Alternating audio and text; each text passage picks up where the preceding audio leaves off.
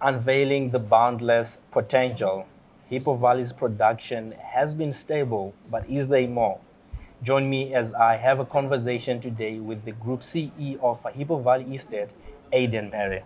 Welcome to this segment of our earnings review. Thank you very much. I'm pleased to join you. Good.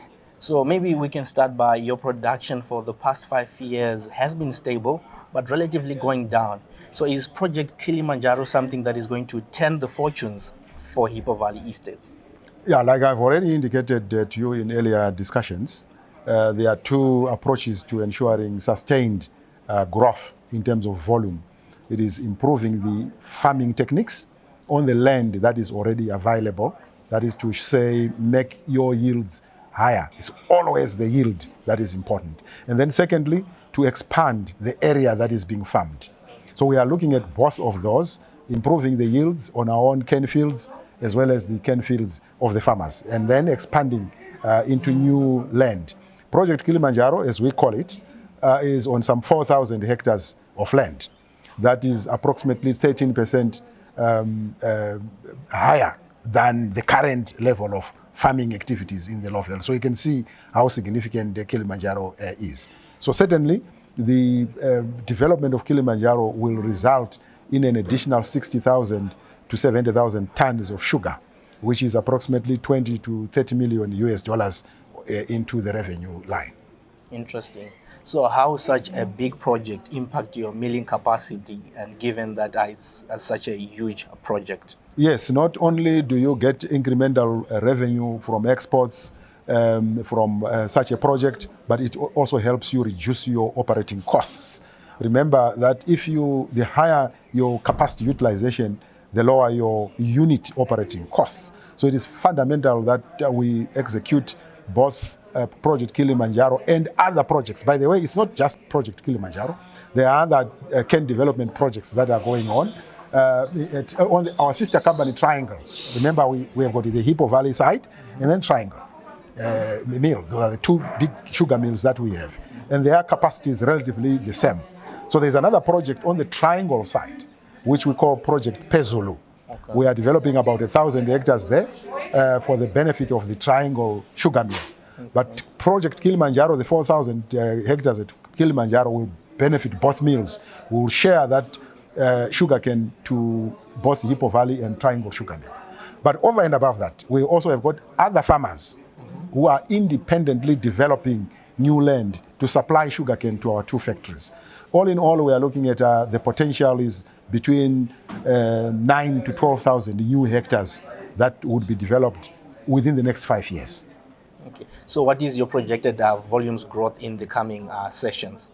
Well, we're looking at steadily something like 2-3% growth annually until we reach the installed capacity of 600,000 tons. And then beyond that, there is an opportunity to increase our sugar production in this country to 1 million tons. So our capacity is about 600,000 tons. There is opportunity to put an extra 300 to 400,000 tons to make it 1 million tons. But that's maybe in a planning horizon of 3 to 5 years. Yes. Mm-hmm. And also I think you are affected by the statutory instrument that is bringing in sugar-free. How is it really going to continue to affect you as you fight against some of these 17 brands that you highlighted in your annual report? Yeah, I think they are short-term like everything else. It's a shock. This is a short-term shock in the system. Everybody wants to grow and defend their market share. So the arrival of competing brands from other markets is obviously a temporary shock in the system. We have got to up our game in terms of marketing. We have got to ensure that the loyalty of the consumer is harnessed. We have got to ensure that we distribute efficiently in the market itself.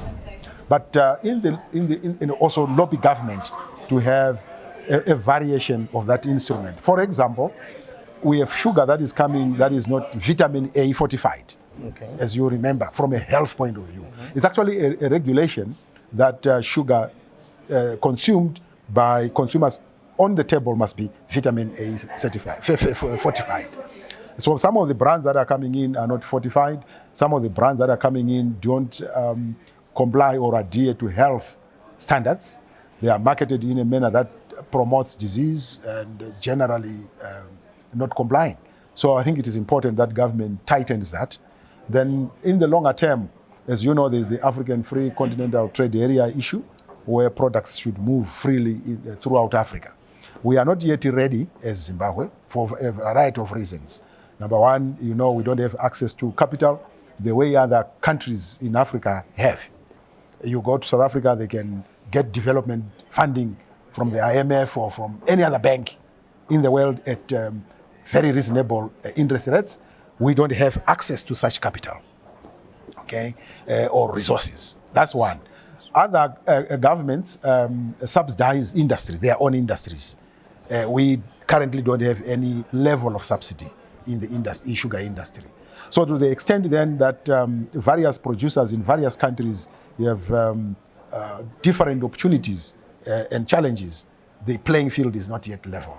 So we look forward to governments, our own government, to support us. We look forward to African governments to make the playing field level so that competitors coming from different countries are competing at the same level.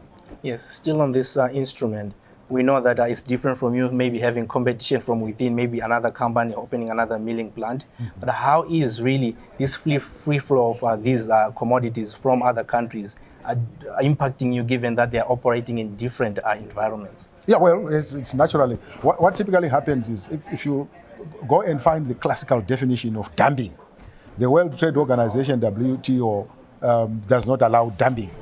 Dumping is a phenomenon or a practice where one country exports to another country, or one company exports their product to another economy at a price that is below the cost of production in the home country. For example, let's say sugar is produced from country X at a cost of $500 per ton, and then it's sold in your economy at $400 per ton. And then in that same home country, the sugar is being sold at $600 per ton. So the selling price in their own country, all right, is X, the production cost is Y, and then they come and export to us at less than their home price, less than their production cost. Then that is unfair trade practice. So we are not really against competition per se, but we're just saying it must be fair and equitable and within the rules of the WTO. Yeah, I think that is really an important point to clarify as well. Now, how, as a company, how are you prepared for El Nino, and how is it going to impact your fortunes as well as a company? Yeah, we are very thankful to government for having put up water storage dams. I think Zimbabwe is one of the most dammed countries in Africa. We have more dams here than most African countries, first and foremost. So the coming in of Tugwimkosi Dam, which is the biggest inland dam in Zimbabwe, which was commissioned sometime in 2014, 2015, has really become a game changer in terms of the insurance of water. So as we speak, we have enough water in both Lake Mtirikwi and Tugwimkosi to last at current usage levels another 3 or so years without having new rainfall coming in. So to that perspective, we are cushioned. But secondly, water conservation. So we are engaged in quite robust water conservation initiatives in the sugarcane industry, both the company and the growers. This is better irrigation techniques. So instead of wasting water, we are trying to save water to the best of our ability. So we are looking at our irrigation systems, modernizing them, cutting back on unnecessary use of water so that this can then stretch the resource into the long term. Okay, thank you very much for that analysis as well. Now, maybe also to speak to the fact that your export market, looking at the past 5 years, we have a situation where in 2018 to around 2020, your exports were very high. But yes, last year they increased marginally this year, but really they are even less than half of what you were doing from 2018 to 2020. Can you speak to what has really been happening to have this sort of an effect? Yeah, well, I think if you go back to history, Zimbabwe has been a beneficiary of the European quotas. The ACP group of countries to which we belong had duty-free exports into Europe. Then following the common agricultural policy reforms in Europe, somewhere in the mid 2015-16, right, the European market, European Union, the EC, they liberalized those markets and removed duty quotas. We can export as much as we can into Europe, but the price is no longer guaranteed. So the export quotas were guaranteed in terms of volume. They were also guaranteed in terms of price. So the removal of the guarantee on those exports has really dealt a big blow to developing countries like ourselves. Remember, the idea of quotas was to promote least developed countries like ourselves to access those markets. So currently we do have export opportunities into Europe itself, but at a less guaranteed price. But we also have export opportunities into the region. We've got the DRC, it's a vast untapped market. What is necessary is just to build the logistical capability, the route to market into the DRC. One of the bigger problems in the DRC being the level of banking facilities, for example, to ensure that you conduct your trade in a less risky and in a more structured manner. But the opportunities are there. Then secondly, the volume of exports also depends on how much sugar or how much product we would have produced. And also depends on the demand in the local market. If the demand in the local market is high, it means, and the level of production is what it means there's less to export. But if the local demand, for various reasons, falls, then it means there's more available for export. And in that case, we are all aware of what has happened in terms of our purchasing power because of inflation, exchange rate dynamics, high level of unemployment. It means that there would be less demand for our product locally, in which case we then export. Okay, thank you, Aiden. Maybe just to sum it up, Aiden, maybe you can then tell us maybe what we can expect from Hippo Valley Estates in this current financial year. Well, I would have been happy if I could be able to have a prophet by my side to tell me what can happen tomorrow. But we remain optimistic that we will finish this season strong. We just concerned in the last part of the year about rains. If we experience rain, floods, we might be disturbed. But if the season is relatively normal, we expect to maybe 2%, 3% above prior year in terms of production. Interesting. We'll keep our eye on that as well. Thank you very much for the chat. Thank you. Thank you.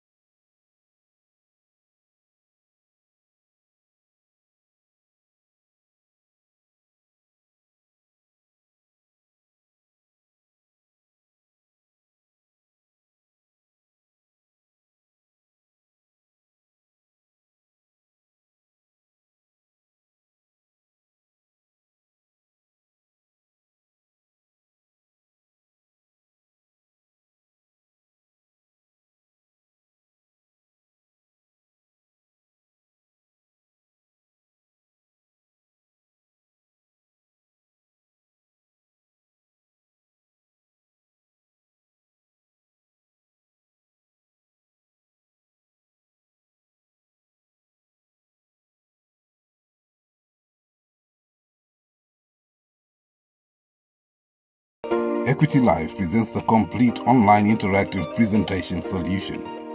Hosting AGMs, media and analyst briefings has never been this simple, efficient and affordable. Communicate globally through a combination of high-definition video and your prepared multimedia presentation from any location of your choice. Interact with your invited participants from all over the world in question and answer sessions and voting sessions in real time on our safe, secure and affordable platform. Contact Equity Live for a free customized demonstration. Equity Live, real-time presentation solutions.